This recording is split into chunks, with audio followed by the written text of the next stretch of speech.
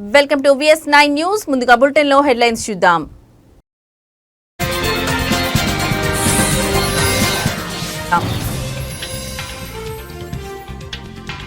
బంగాళాఖాతంలో అల్పపీడనం, తెలంగాణకు 4 రోజులు వర్షాలు.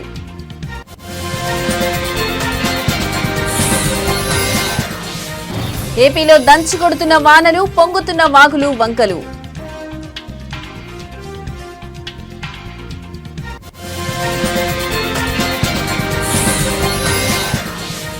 బెట్టింగ్ యాప్స్ లో కొనసాగుతున్న ఈడీ దర్యాప్తు, ఈడీ విచారణకు హాజరైన మంచు లక్ష్మి.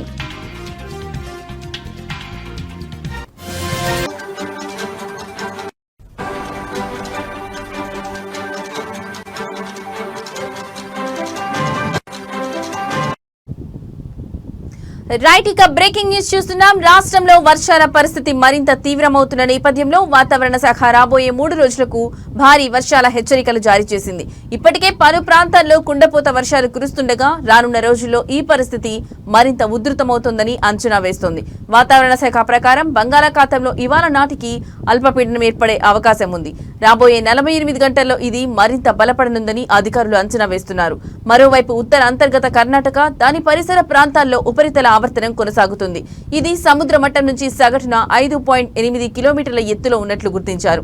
ఈ 2 వాతావరణ వ్యవస్థల ప్రభావంతో తెలుగు రాష్ట్రాల్లో విస్తారంగా వర్షాలు కురిసే అవకాశం ఉందని వాతావరణ శాఖ స్పష్టం చేసింది.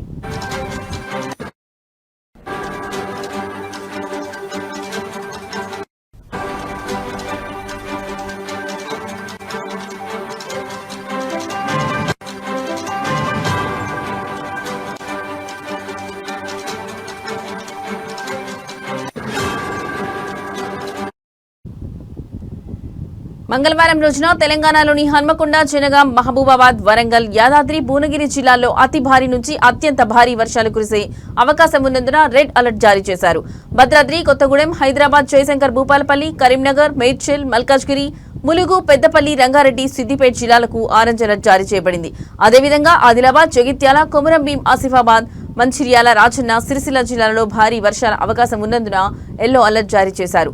రాష్ట్ర వ్యాప్తంగా ఉరుములు, మెరుపులు, గంటకు 40 నుండి 50 కిలోమీటర్ల వేగంతో ఈదురుగాలులు వీచే అవకాశం ఉందని కూడా పేర్కొన్నారు.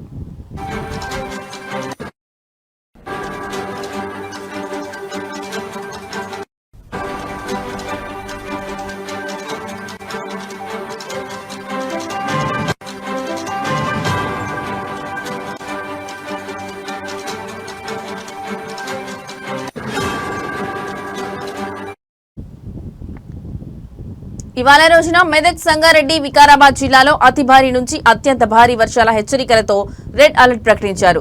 భద్రాద్రి కొత్తగూడెం, హనుమకొండ, హైదరాబాద్, జనగాం, ఖమ్మం, మహబూబాబాద్, మేడ్చల్, మల్కాజ్గిరి, నల్గొండ, రంగారెడ్డి, సిద్దిపేట, సూర్యాపేట, వరంగల్, యాదాద్రి, భువనగిరి జిల్లాలో భారీ నుంచి అతి భారీ వర్షాల అవకాశం ఉన్నందున ఆరెంజ్ అలర్ట్ ఇచ్చారు. అలాగే ఆదిలాబాద్, జగిత్యాల, జయశంకర్ భూపాలపల్లి, కరీంనగర్, కొమురంభీం, ఆసిఫాబాద్, ములుగు, నిజామాబాద్, పెద్దపల్లి, రాజన్న, సిరిసిల్ల జిల్లాల్లో భారీ వర్షాలు కురిసే అవకాశం ఉన్నందున ఎల్లో అలర్ట్ జారీ చేశారు.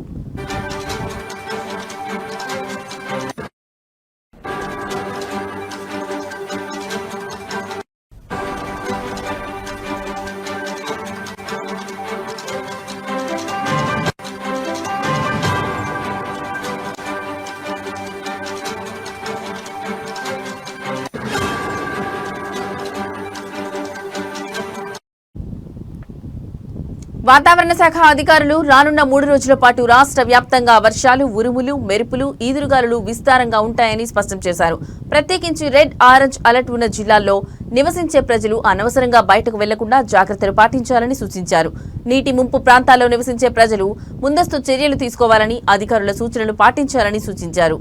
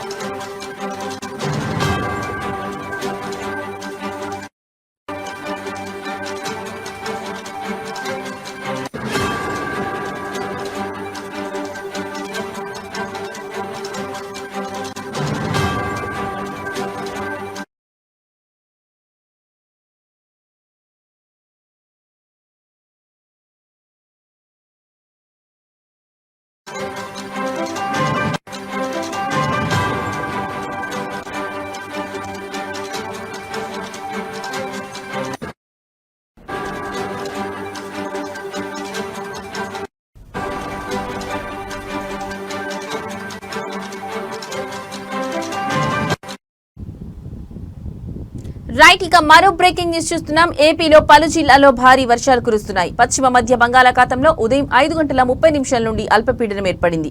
ఇది వాయువ్య దిశగా కదులుతోంది. రాబోయే 24 గంటల్లో మరింత బలపడనుంది.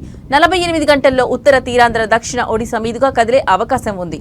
పలు జిల్లాల్లో ఎడతెరిపి లేని వర్షాల కారణంగా జనజీవనం స్తంభించిపోయింది. లోతట్టు ప్రాంతాలు జలమయమయ్యాయి. రహదారులపైకి వరద నీరు రావడంతో వాహనదారులు ఇబ్బందులు ఎదుర్కొంటున్నారు. మరోవైపు నదులు, వాగులు, వంకలు ఉప్పొంగి ఉధృతంగా ప్రవహిస్తున్నాయి. పలు చోట్ల పంటలు నీట మునిగాయి. పల్నాడు జిల్లాలోని పిడుగురాళ్ల మండలం జూలకల్లులో భారీగా వరద వచ్చి చేరింది. కొత్త బ్రిడ్జి నిర్మాణం వద్ద రోడ్డుపై నీటి ప్రవాహంతో వాహనాలకు అంతరాయం ఏర్పడింది.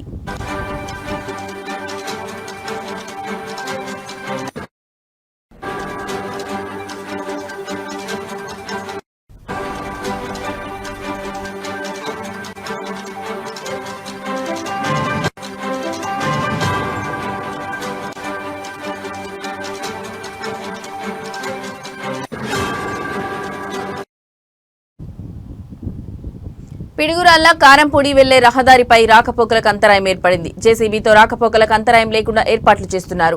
మంగళగిరి కాజా టోల్ ప్లాజా జల దిగ్బంధంలో చిక్కుకుంది. గుంటూరు, విజయవాడ మధ్య రాకపోకలు నిలిచిపోయాయి. మంగళగిరి ఎన్ఆర్ఐ జంక్షన్ దగ్గర భారీగా వరద నీరు చేరింది. మాచవరం మండలం పిల్లుట్లలో పీలేరు వాగు ఉధృతంగా ప్రవహిస్తోంది. మాచవరం, బెల్లంకొండ మండలాలకు రాకపోకలు నిలిచిపోయాయి. గుంటూరు జిల్లాలో కొండవీడు వాగు పొంగుతోంది. తాడికొండ, అమరావతి మధ్య రాకపోకలు బంద్ అయ్యాయి. అమరావతి, విజయవాడ మార్గంలో పెద్దమ్మదూరు వాగు ఉధృతి పెరిగింది.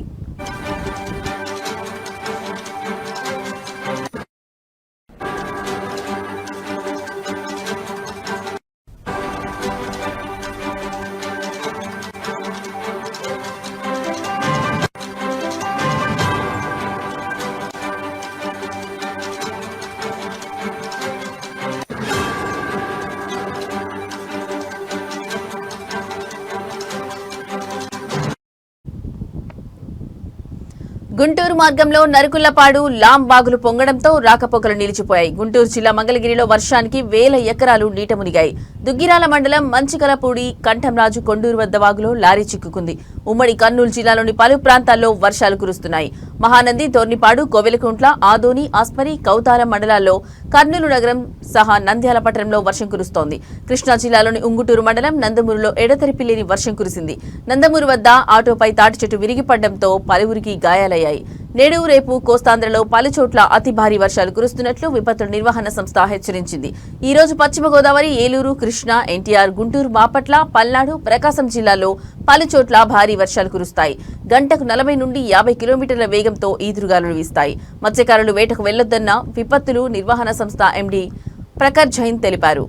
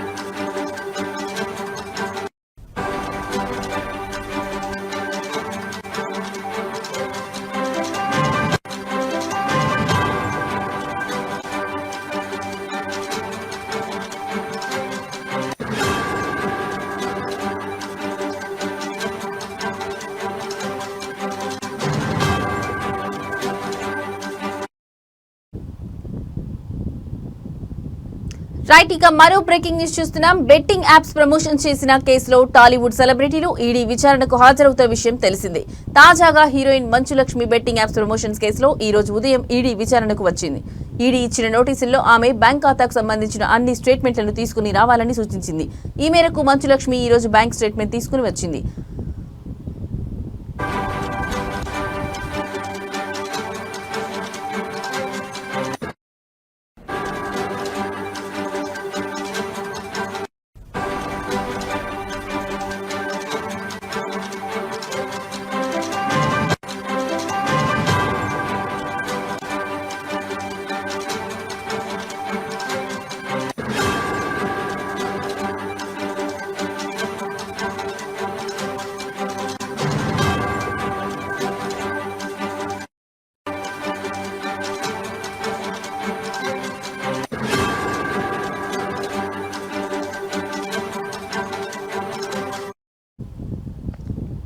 YOLO 247 అనే బెట్టింగ్ యాప్ ను ఆమె ప్రమోట్ చేసింది. అలాగే దీనికి సంబంధించిన వీడియోను సోషల్ మీడియా ప్లాట్ఫామ్లలో పోస్ట్ చేసింది.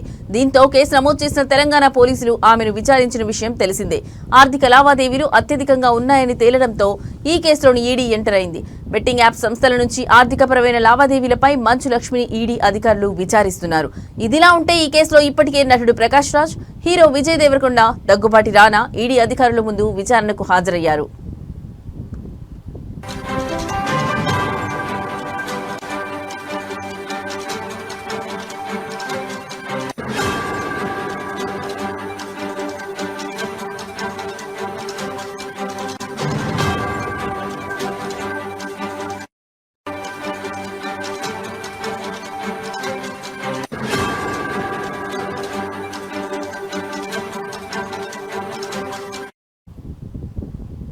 రైట్, ఇక బ్రేకింగ్ న్యూస్ చూస్తున్నాం. బెట్టింగ్ యాప్స్ ప్రమోషన్ చేసిన కేసులో టాలీవుడ్ సెలబ్రిటీలు ఈడీ విచారణకు హాజరవుతున్న విషయం తెలిసిందే.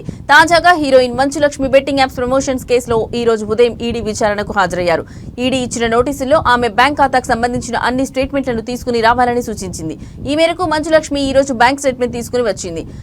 YOLO 247 అనే బెట్టింగ్ యాప్ ను ఆమె ప్రమోట్ చేసింది. అలాగే దీనికి సంబంధించిన వీడియోను సోషల్ మీడియా ప్లాట్ఫామ్లలో పోస్ట్ చేసింది. దీంతో కేసు నమోదు చేసిన తెలంగాణ పోలీసులు ఆమెను విచారించిన విషయం తెలిసిందే.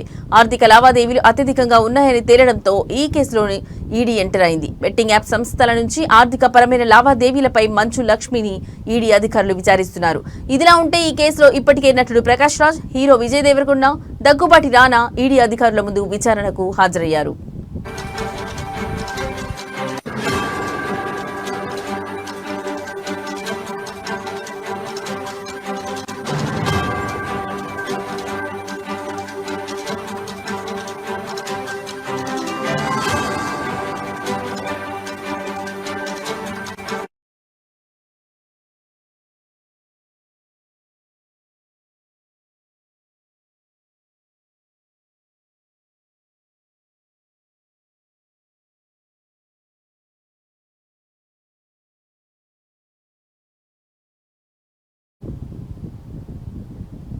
సత్యసాయి జిల్లా స్థానిక కాంగ్రెస్ పార్టీ కార్యాలయంలో ఏర్పాటు చేసిన సమావేశంలో కదిరి నియోజకవర్గం Congress party incharge KS Shanawaz పాల్గొన్నారు.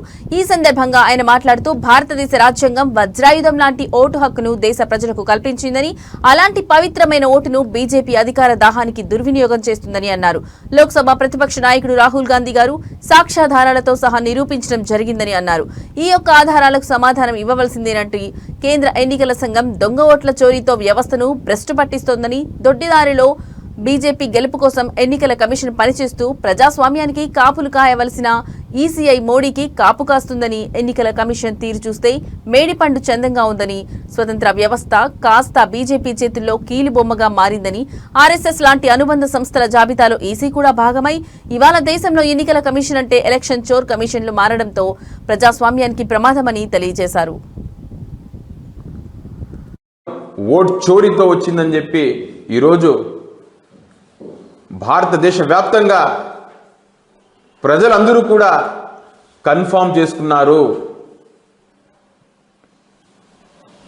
ఓట్లను దొంగలించి అధికారంలోకి వచ్చినటువంటి భారతీయ జనతా పార్టీ, ఆ పార్టీకి చెందినటువంటి నాయకులు సిగ్గుతో తలదించుకోకుండా భారతీయ జనతా పార్టీకి చెందినటువంటి నాయకులతో కాంగ్రెస్ పార్టీ మీద, రాహుల్ గాంధీ మీద అవాకులు చవాకులు పేల్చడం దయ్యాలు వేదాలు వర్ణించినట్టు ఉందని చెప్పి ఈరోజు తెలియజేస్తున్నాం.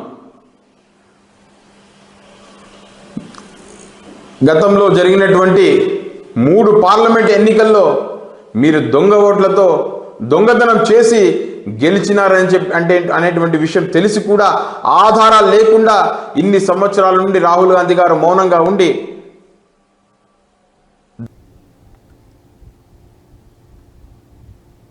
ఆంధ్రప్రదేశ్లో ప్రజాస్వామ్యం లేదని రాష్ట్ర Panchayati Raj and rural development ప్రభుత్వ మాజీ సలహాదారులు పోతిరెడ్డి నాగార్జున రెడ్డి అన్నారు. ఈ సందర్భంగా ఆయన కడప జిల్లాలోని పులివెందుల, ఒంటిమిట్టలో జరిగిన జెడ్పీటీసీ ఎన్నికలే ఇందుకు నిదర్శనమన్నారు. ప్రజాస్వామ్యాన్ని కాపాడవలసిన పోలీసులే, డీజీపీ ప్రవీణ్ ఆధ్వర్యంలో పోలీసులే ఈ విధంగా ఎన్నికలు జరపడం చాలా దారుణమన్నారు. కడప ఎంపీ వైఎస్ అవినాష్ రెడ్డిని బలవంతంగా అరెస్ట్ చేసి తీసుకుపోవడం, వైసీపీ నాయకులను చాలా మందిని అరెస్ట్ చేశారని తెలిపారు.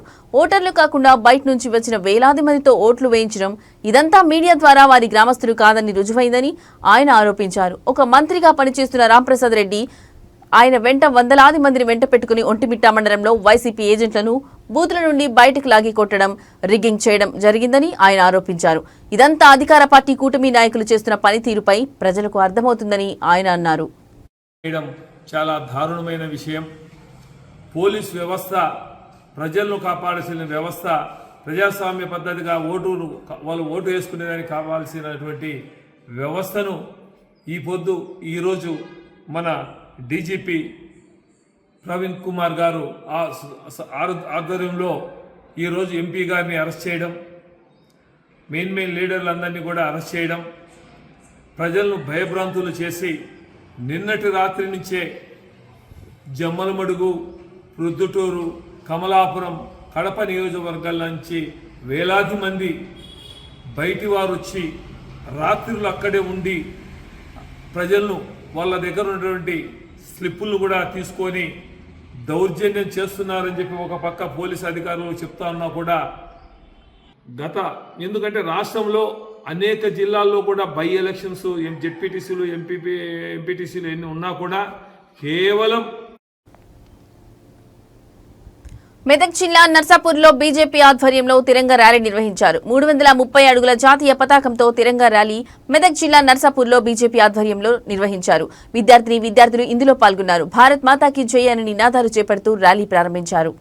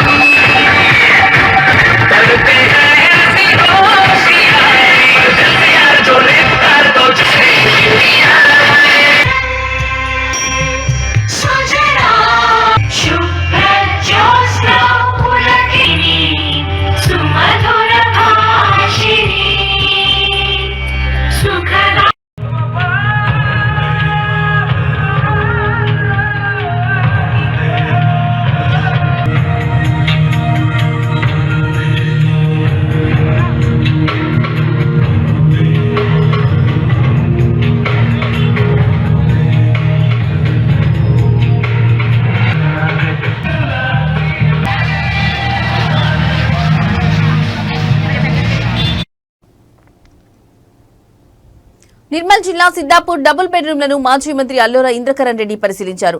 డబుల్ బెడ్రూమ్లపై నిర్లక్ష్యం వహిస్తున్నారని మండిపడ్డారు. పెండింగ్ లో ఉన్న పనులకు 4,25,00,000 మంజూరైనా కూడా ముందుకు సాగని పనులు, కమిషన్ల కొరకు ఏలేటి మహేశ్వర్ రెడ్డి అడ్డుపడుతున్నట్లు ఆరోపించారు.